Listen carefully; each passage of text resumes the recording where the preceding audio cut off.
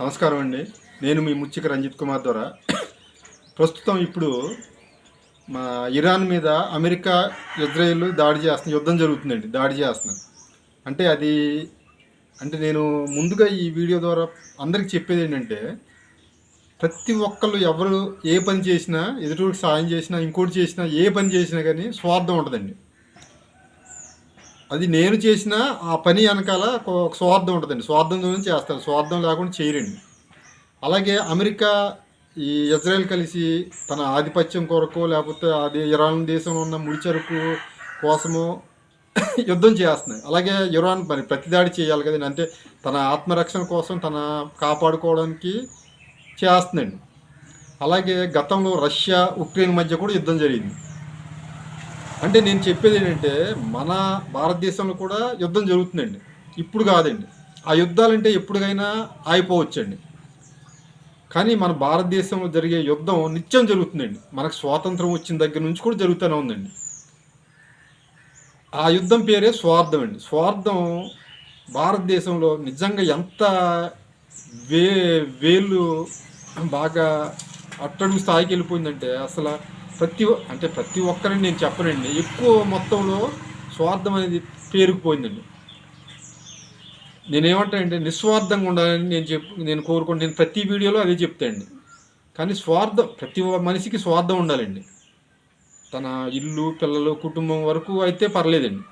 కానీ ఈ రోజుల్లో స్వార్థం ఎలాగ అయిపోయిందంటే, స్వార్థం అనేది పెరిగిపోయి ఇప్పుడు తొండ ముదిరి ఓసరవిల్లు అయినట్టుగా, అలాగే స్వార్థం, కుళ్ళు, కుతంత్రాలు, అంటే ఎదుటి వ్యక్తి ఎదుగుదలను చూసి ఓర్వలేనంత స్వార్థం పెరిగిపోయిందండి. మనం ఒక వ్యక్తి పై స్థాయికి అందరైన అదే పై స్థాయి అంటే ఆయన అత్యున్నతమైన స్థానానికి వెళ్తే మనం వాళ్ళని అప్రిషియేట్ చేస్తున్నాం, పొగుడుతున్నాం.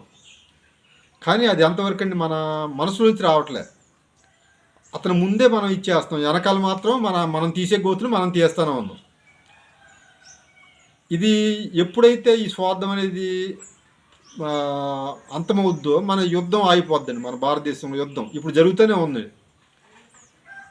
నేను చెప్పేది ఏంటంటే, స్వార్థం ఉన్నంత వరకు మనకి అభివృద్ధి జరగదు.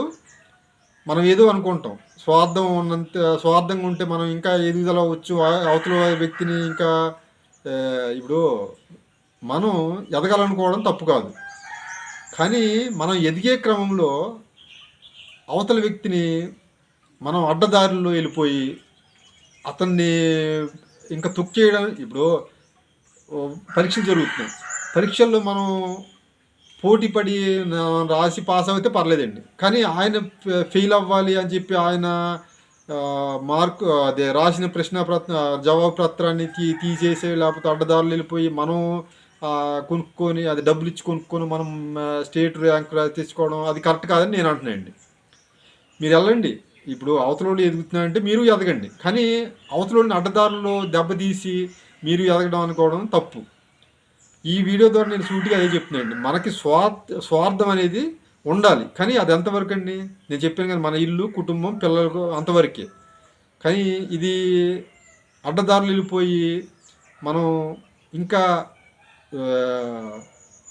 యుద్ధం ఇంకా చెప్తున్నాను కదండి, ఆగేలాగా మనం ప్రయత్నించాలని కోరుకుంటూ ఈ వీడియో చేస్తున్నాను. నమస్కారం.